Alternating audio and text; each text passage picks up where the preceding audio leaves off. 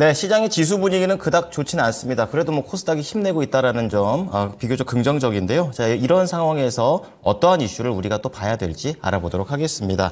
자, 오늘 이슈 플로우 토마토 투자 클럽 김준환 전문가 그리고 퍼스트 프라임 리서치의 손여로 팀장입니다. 두 분 안녕하십니까? 안녕하세요. 안녕하십니까? 네. 자, 오늘 시장의 중요한 이슈들 공개해 보겠습니다. 자, 비트코인 어디까지 갈까요? 첫 번째 이슈는 비트코인의 고공행진 관련된 그런 내용입니다. 그리고 두 번째는 마크 저크버그 계속해서 행보들이 연일 보도가 좀 나오고 있고요. 그리고 마지막으로는 저출산. 야, 이거는 제 이슈 플로우에서 매일 다루는 것 같고 우리 팀장님 나오실 때마다 다루는 것 같아요. 네, 알아보도록 하겠습니다. 자, 첫 번째는 비트코인입니다. 전문가님 한 줄 평 하시면요. 네, 지속 우상향이 가능하다라고 말씀드립니다. 야, 지금도 계속 올라가고 있는데 더 간다라는 관점이시고요. 팀장님은요? 네, 관심 보이기 시작한 외국인이라고 지어봤습니다. 뭔가 두 분 다 긍정적입니다. 자, 우선 전문가님부터 얘기 들어볼게요. 네, 뭐 저희 이슈 플로에서 좀 네 번째 아닙니까? 네 번째, 다섯 번째인 것 같습니다. 저는 조금 지겨워지려고 합니다. 예, 계속 다루는 이슈입니다. 네. 저희 뭐 비트코인이 뭐 왜 오르느냐 그거에 대해서 뭐 저희 설명드렸습니다. 4월 반감기 4월 22일이라고 제가 말씀을 드린 적이 있고, 네. 그 다음에 이제 덴쿤이라고 해서 이더리움 같은 경우에는 이제 시스템 효율화 이제 업그레이드가 예정되어 있다라고 했습니다. 그래서 이런 부분들에 더해서 이제 현물 이제 ETF에 대한 어떤 이제 지속적인 어떤 매수 유입 같은 것도 부분들도 있고요. 그래서 뭐 여태까지 반감기가 있으면 항상 제가 예전에 차트도 보여드렸는데, 네. 반감기가 있으면 항상 그때 그 전에 급등이 좀 나왔었습니다. 근데 반감기 이후에는 조금 이제 시세가 좀 내려오는 그런 모습이 좀 있었어요. 그래서 제가 몇 주 전에도 결국 이더리움하고 비트코인 사셔도 된다라고 분명히 말씀을 드렸었는데, 네. 뭐 계속적으로 뭐 상승이 나오고 있습니다. 뭐 차트적으로도 지금 돌파 차트예요. 그래서 비트코인 같은 경우에는 지금 거의 전고점까지 거의 지금 다 와 있는 상태입니다. 그래서 이게 이제 뭐 해외에서는 거의 뭐 2억까지도 간다, 우리나라 돈으로 1억에서 2억까지 간다라는 그런 뭐 이야기가 나오고 있는데, 네네. 뭐 계속 흐름은 좋은 모습입니다. 지금 어떤 상황이 뭐 좋기 때문에 지속적으로 좀 봐야 되는데, 관련주들 같은 경우에는 뭐 어제 뭐 코인베이스 같은 경우에 미국에 상장되어 있는 코인베이스 같은 경우에는 그 코인 거래소죠. 관련주인데 이제 상당히 강했다가 좀 이제 좀 살짝 시세가 조금 지지부진해지거든요. 세밀하게 보면. 네, 그렇죠, 그래서 예. 우리기술투자 같은 경우에도 물론 오늘 뭐 강했다가 좀 내려온 흐름인데, 그래서 앞으로는 이제 살짝 이제 관련주들, 즉 뭐 거래소 관련주죠, 우리기술투자, 뭐 하나투자증권 이런 종목들이 시세가 이제 앞으로 이제 비트코인이나 이더리움만큼 뭐 강할까 뭐 이런 생각도 좀 들고 있어요. 그래서 네. 테마 확정을 해서 뭐 CBDC나 STO까지 보시라고 저희가 말씀을 드려왔는데, 네네. 그래서 뭐 추세적으로 결국에는 이 비트코인이 이렇게 살아주면 정부의 어떤 그 중앙은행이 뭔가 통제할 수 있는 CBDC 쪽, 네. 이런 쪽도 부각이 다시 될 수 있을 것 같고요. 이런 가상화폐 관련해서 STO 쪽도 그렇죠. 계속적으로 지속적인 이슈가 있고 조각 투자 관련한 이슈가 있기 때문에 오히려 이제는 조금 테마 확장을 해서 STO 쪽을 한번 보면 어떨까라고 생각을 해서 K옥션 추세가 좋거든요. 그래서 K옥션 같은 경우 한번 지속적으로 추적해 보시면 어떨까 뭐 이런 생각입니다. 네. 자, 그러면은 관련해서 이제 팀장님께서도 좀 외국인이 관심이 있다. 또 수급 중에 외국인이 관심이 있다니까 또 약간 솔깃합니다. 좀 내용 들어볼게요. 네, 우선 뭐 암호화폐나 가상화폐 관련해서는 저는 한결같습니다. 매매 관점 접근하는 게 좋을 것 같다. 언제까지? 비트코인이 정말 달러랑 대등한 위치로 갈 때까지.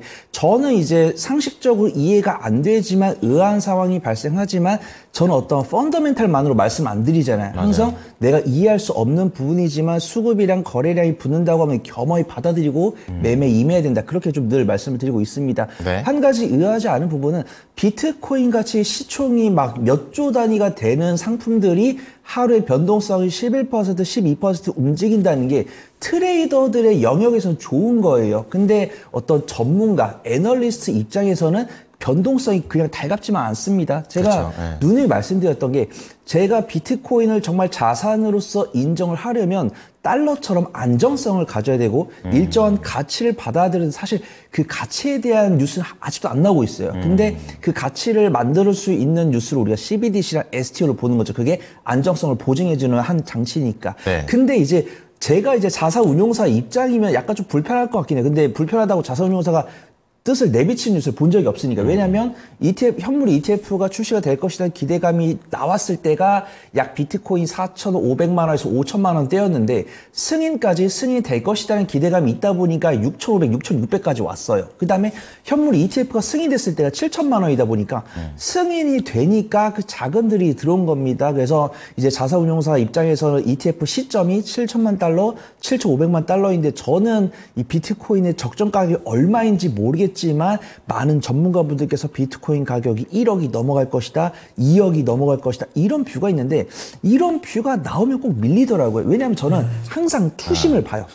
뭔가 이런 핑크빛 전망이 나오면 누군가 팔고 싶지 않을까? 근데 그런 물량이 나오고 있지 않은 것 같은데 아예 안 나온 건 아닌 것 같아요. 왜냐하면 지금 이제 8,800, 8,600인데 예전에 이제 7,800 갔다가도 7,500까지 빠지고 네. 그 다음에 지금도 8,600이지만 8,800 갔다가 8,600까지 빠졌어요. 그러니까 매매는 권장하지만 그냥 오른다고 해서 올라탔다가는 마이너스 3%, 마이너스 4% 먹을 가능성이 높다라는 거죠. 그래서 저는 긍정을 말씀드리지만 확실하게 거래소와 관련이 있는 저는 이 비트코인에 대한 투자분의 관심도를 보통 이제 주변 지인분들이나 유튜브 채팅창을 통해 확인합니다. 근데 예전에 비트코인이 처음 7천만 원대 갔을 때는 모든 대화가 다 비트코인이었어요. 근데 저는 비트코인에 대한 관심이 없으신가? 왜 이 채팅창에 비트코인 관련해서 이야기가 없지라고 했는데 비트코인 거래소가 막 그 통신 먹통이 되고 그랬다고 합니다. 네. 그러면은 많은 투자분들께서 조용히 관심 갖고 계시는구나. 그래서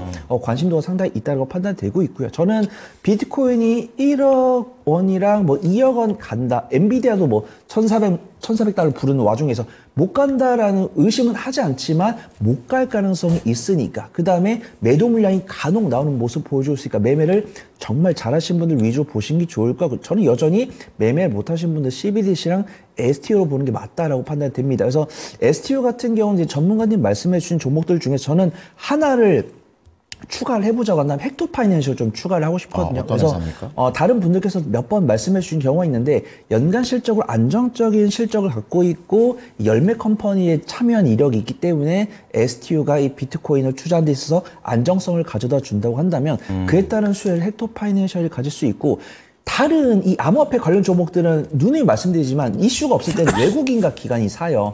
근데 뉴스 나왔을 때는 외국인이 빠져나갑니다. 근데 헥토파이낸셜 같은 경우는 외국인과 기관의 순매수가 오늘도 확인이 되고 있기 때문에 상대적으로 안전하게 접근할 수 있는 종목이 아닐까 좀 소개를 드리도록 하겠습니다. 네. 사실 근데 이거 궁금한 게 이번 주 내내 계속해서 비트코인 관련된 거 노출이 됐고 반감기라는 것도 계속해서 알려져 왔기 때문에 이 부분과 관련해서 두 분께 궁금한 건 이 가상화폐 관련된 종목들 약간 크게 한 상반기까지는 긍정적으로 봐도 된다. 이 정도면 될까요? 어떻게 보십니까, 전문가님? 근데 뭐 일정적으로 네. 저는 죄송합니다. 일정적으로 제가 좀 보니까 근데 네. 반감기가 4월 22일이니까 네. 아직 뭐 한 달 넘게 남았거든요. 그렇군요. 그러니까 일정적으로 봐서 재료가 살아있다라고 저는 보는 거예요. 네네. 네, 그런 부분에서 이더리움과 이제 비트코인 같은 가상화폐 대표주들 좀 더 갈 것 같거든요. 그러면은 우리 투자 같은 것도 좀 더 가야지 맞거든요. 근데 뭐 항상 그랬지 않습니까? 이게 상승했다가 항상 이렇게 갭 두고 내려요. 우리나라는. 지금도 이제 음봉이지 않습니까? 우리 기술 투자 같은 경우에. 그쵸. 그러니까 이런 것들은 차라리 이제부터는 조정받으면은 또 들어가시는 전략? 그런 것도 괜찮아 보여요. 네. 팀장님도 상반기 긍정적입니까? 그렇죠. 저도 6월까지 시세 살아있을 거다라고 판단되고 있고 전문가님이랑 의견이 굉장히 동일합니다. 네. 지금 우리 기술 투자를 보더라도 뉴스가 나온 날은 외국인과 기관의 매도고 그 나머지는 외국인의 매수세가 들어오고 있어요. 그래서 네. 보통 경험에 비춰서 보통 뉴스가 나오면 바로 사지 말고 네네. 관심종에 넣어놓고 3일 뒤에 사시라고 말씀드렸는데 이게 정말 위험한 발언이거든요. 뉴스가 나온 다음 날 외국인이 사면은 사도 된다라고 말씀을 드릴 정도로 네. 굉장히 좀 공격적으로 말씀을 드리고 있는데 그 수급 유형이 우리 기술 투자에 보면 여실 나오고 있습니다. 그래서 눌림목 공략을 하시되 나는 매매를 잘해라고 하신 분들은 바로 다음 날부터 분할 매수 시작하시면 좋을 것 같고 난 매수를 잘 못해라고 하신 네. 분들은 2시 반에 3일에 걸쳐서 눌림목 공략한 다음에 다음 일정 뭐 이제 현물 ETF 뭐 승인 뉴스 5월 그다음에 6월 그다음 또 이더리움 ETF 승인까지도 꾸준히 좀 체크하면서 매매해 볼 수 있을 것 같다. 좀 판단을 해보도록 하겠습니다. 네, 좋습니다. 자, 가상화폐 관련해서 두 분께서는 미니멈 4월, 그리고 약간은 맥시멈 6월 정도까지 긍정적으로 좀 보자라는 관점이시고, 일정과 전략까지 같이 말씀을 드렸습니다. 자, 두 번째는 메타의 저커버그 CEO가 계속해서 돌아다니는 걸 계속 보도가 나오고 있습니다. 이제 윤석열 대통령도 만난다라는 게 오늘 또 나온 내용이 되겠는데요. 전문가님 한 줄 평 하시면요. 네, AI 반도체를 조정 시 매수하시면 좋다라고 말씀드립니다. 네. 자, 다음은 팀장님은요. 아쉽지만 시장은 못 이기는 듯이라고 지어봤습니다. 그러니까 이제 누가 봐도 코리아인데 이게 약간은 전체적인 매크로한 부분에 눌린다라는 거잖아요. 어떻게 해야 될까? 이거 못 이기는 거예요? 아니면 시장에 이쪽에 아예 관심이 없는 걸까요? 지금 좀 관망을 하고 있는 것 같습니다. 왜냐면은 뉴욕 시장 같은 경우도 GDP랑 PC 발표를 앞두고 관망세를 보여주고 있고 AI 쪽이랑 2차 전지를 키 맞추기를 하고 있고 그 사이에 제약바이오는 뉴스에 따라서 변동성을 보여주고 있습니다. 네. 그런 과정에서 AI 반도체에 대해서 성장성을 의심하는 것은 아니지만 바닥 대비 많이 올라온 것은 그 누구도 부정을 하지 못하고 있거든요. 네. 그다음에 마크 주커버그 CEO가 우리나라 10년 만에 방한한 것은 분명 긍정적이지만 아무도 뭐라 안 했어요. 그냥 제 생각입니다. 약간 좀 늦었다? 그래서 뭐 TSMC 같은 경우도 움직였고 MS도 움직였고 뭐 TSMC랑 SK하이닉스 뭐 결합하고 있고 뭐 MS는 뭐 챗 GPT 위에 소라까지 나오면서 뭐 삼성전자 어쩌고 막 이런 뉴스 나오고 있는데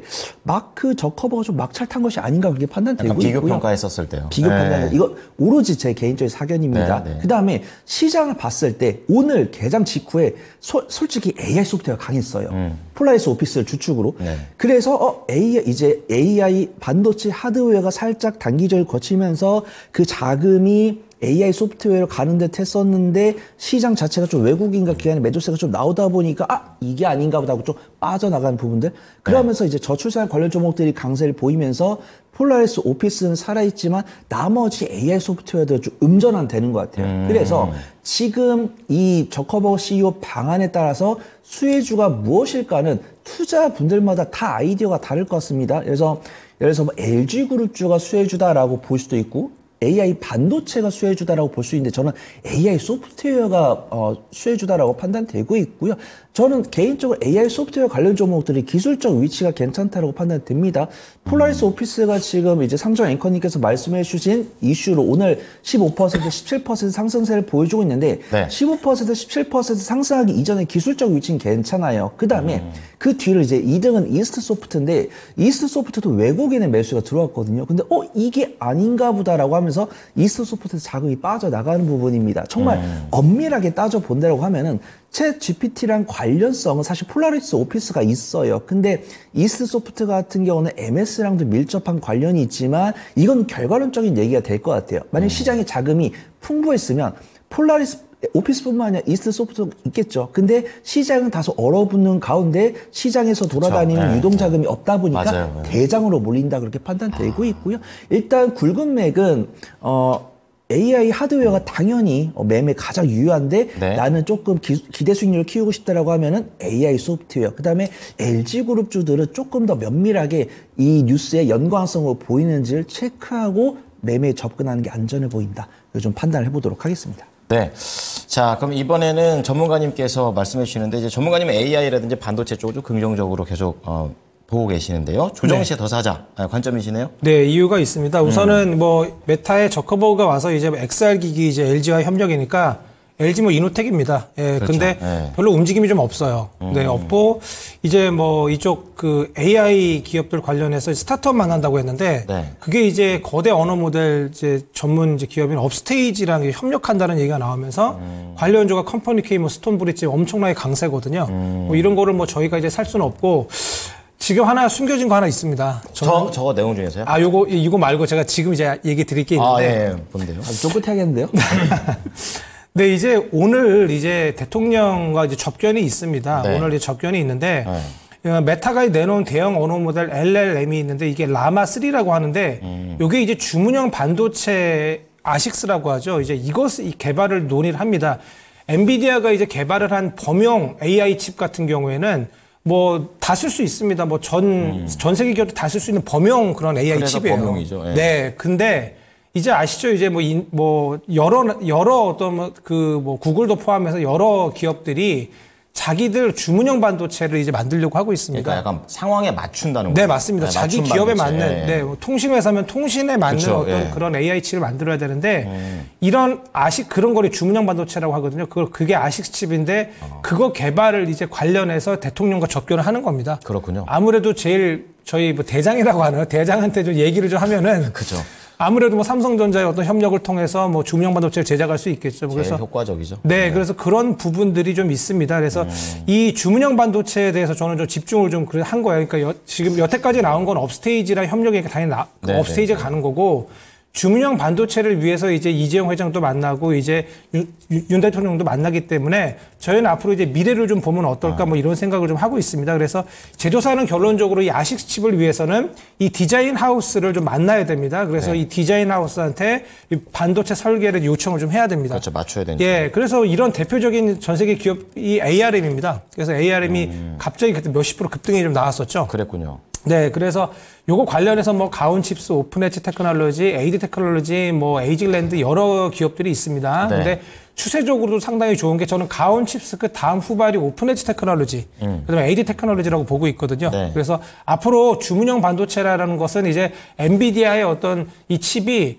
모든 회사들의 어떤 수요를 충족시키지 못합니다. 그렇기 때문에 주문형 반도체에 대한 이제 주문은 늘어날 거라고 분명히 봐요. 그러면 네. 이런 미장의 ARM 그리고 이제 우리나라의 이제 AD 테크놀로지, 이게 AD 테크놀로지 같은 경우에는 삼성전자의 어떤 이 반도체 설계 어떤 수주 이력이 있습니다. 예, 가온칩스도 마찬가지고. 네. 그래서 가온칩스는 좀 너무 높아져가지고 좀 내려오면 보시는 전략인데, 네. 후발주자로 AD 테크놀로지, 그 다음에 오픈엣지 테크놀로지 정도 보시면 어떨까 합니다. 네. 자, 어떻게 보면은 지금 막 가고 있는 것보다는 앞으로 갈 거를 좀 미리 말씀드립니다. 바로 주문형 반도체, AD 테크놀로지 쪽으로 한번 집중해 보시기 바랍니다. 자, 마지막 이슈 넘어가 보겠습니다. 아, 이 내용도 정말 많이 다루는 것 같아요. 바로 저출산 대책이고요.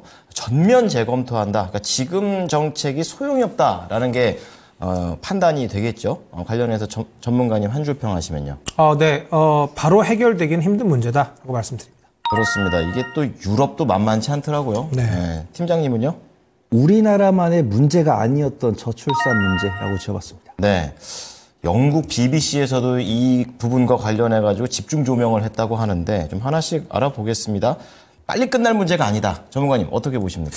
네, 우선은 저 같은 경우에 계속 주시를 좀 했던 그런 섹터입니다. 요게 왜냐하면 교육부의 어떤 늘봄학교 어떤 실시 일정이 뭐 3월 1일에 좀 있었고요. 네. 그리고 2023년 출생 사망 통계치 자료가 금요일 날 내일 발표 일정이 있었습니다. 그래서 저는 뭐 주시하던 그런 섹터였고 네. 여기에 제가 뭐 새벽 4시에 일어나지 않습니까? 4시에 일어나서 처음 알았어요. 4시에 일어나서 네. 네, 4시에 일어나서 저 뉴스 다 보거든요. 한 3, 미국 400개. 장부까지 다 보시나요? 네, 맞습니다. 예, 원자재 시간에 다 보는데 네. 오늘 저는 그래서 어떤 뉴스가 오늘 상당히 많이 나왔는지 알아요. 네. 어떤 거 나왔었냐면 한국 여성 왜 아이 안 낳나? 영국의 BBC에서 저출산 집중 조명한 그런 기사. 그리고 일본 출생아 수가 75만 명 예상보다 12년 앞당겨졌다. 너무 빠른 저출생 속도. 일본도 지금 저출산입니다.